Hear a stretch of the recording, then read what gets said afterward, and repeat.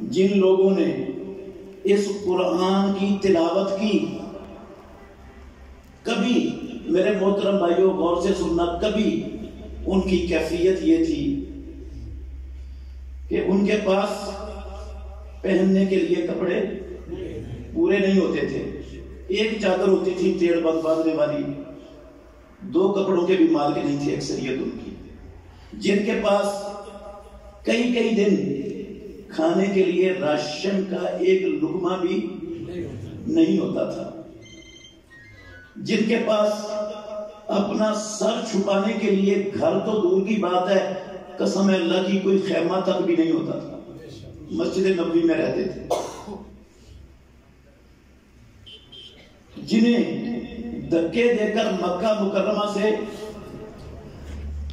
نکال دیا گیا تھا، نکلنے پر مجبور کر دیا گیا تھا.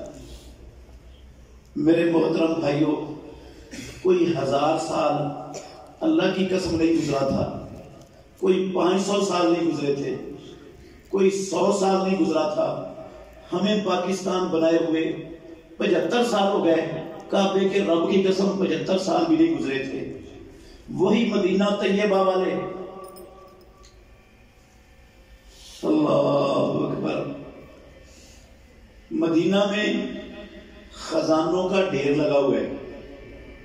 مسجد نبوی میں خزانوں کا ڈھیر لگا ہوا ہے.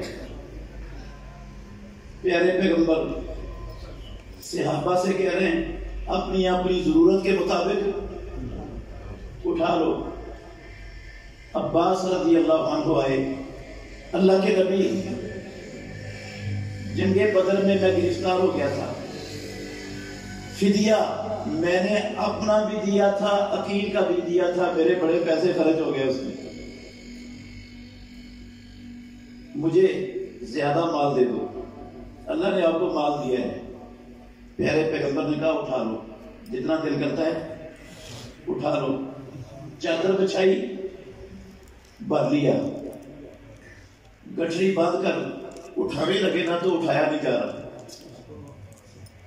امام الانبیاء کی طرف دیکھتے ہیں اللہ کے نبی، ہاتھ ڈلوا کے اٹھوا لے.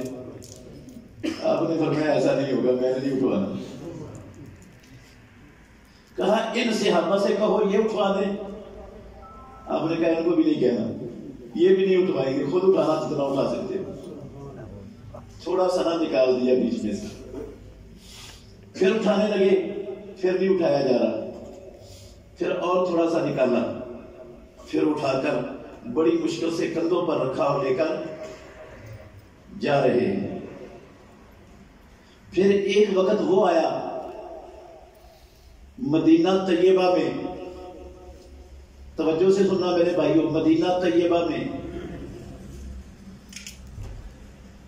ایک بندہ اپنے گھر سے زکوٰۃ کا مال لیے زکوٰۃ دینے کے لیے نکلتا ہے. پورے مدینے میں کوئی گھر زکوٰۃ لینے والا نہیں، سب زکوٰۃ دینے والے بن چکے. مجھے آپ نے دیانتداری سے جواب دینا ہے، کیا یہ مدینے والوں کو جو مختصر ترین عرصے میں خوشحالی ملی، کیا محمد الرسول اللہ صلی اللہ علیہ وسلم نے مدینہ طیبہ میں آ کر کوئی زمینیں آباد کر کے، زراعت کر کے، کھیتی باڑیاں کر کے، باغات لگا کر یہ خوشحالی حاصل کی تھی؟ ہاں، کوئی فیکٹریاں، کارخانے لگائے تھے مدینہ طیبہ میں؟ کوئی سکول، کالج، یونیورسٹیاں، ٹیکنیکل ادارے، انسٹیٹیوٹ بنائے تھے؟ ہاں، تیل موجود تھا عرب کی سرزمین پر، آج بھی موجود ہے. مدینے میں تیل سے کنویں نکال کر یہ خوشحالی حاصل کی تھی. احد پہاڑ میں سونا موجود تھا، اللہ کی قسم آج بھی بے پناہ سونا احد پہاڑ میں موجود ہے. کیا سونا نکال کر یہ خوشحالی حاصل ہوئی تھی؟ کیا رومیوں سے، ایرانیوں سے، یہودیوں سے سود پر قرضے لے کر یہ خوشحالی حاصل کی تھی؟ آپ اللہ کے گھر میں بیٹھے ہو، کسی پڑھے لکھے بندے سے پوچھ لو جس کی دنیا کی تاریخ پر نظر ہے، پیدا کرنے والے کی قسم اٹھا کے کہتا ہوں کوئی مائی کا لال نہیں بتا سکے گا کہ ان کی آمدن کا سورس، اس خوشحالی کا سورس قرآن مجید کی تلاوت کے علاوہ کوئی اور تھا۔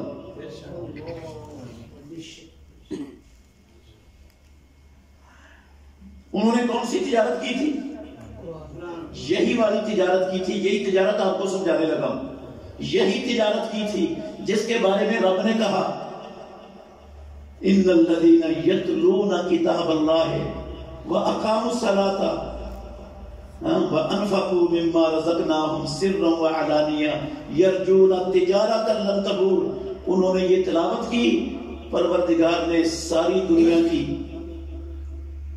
عزتیں بھی دے دی، آزادیاں بھی دے دی، خوشحالیاں بھی دے دی، کامیابیاں بھی دے دی، 65 لاکھ مربع میل کی کعبے کے رب کی قسم حکومت اور سلطنت بھی دے دی، اور صرف دنیا کی نعمتیں نہیں، رب نے جنت کا سرٹیفکیٹ بھی الاٹ کر دیا۔ کہا رضی اللہ عنہم ورضوا عنہ وأعد لهم جنات تجری تحتها الانہار خالدین فیہا ابدا۔ پروردگار نے ان کے لیے جنتیں تیار کر دی جن کے نیچے سے نہریں بہ رہی ہیں، جن جنتوں میں ہمیشہ ہمیشہ رہیں گے۔ دنیا بھی بن گئی اور آخرت بھی بن گئی، کس چیز سے؟ یہ والی تجارت سے جو آسمانوں والے رب نے امت محمد کو عطا کی ہے، سمجھائی ہے اور گارنٹی دی ہے کہ اس تجارت میں نقصان، گھاٹا، خسارہ نہیں ہے۔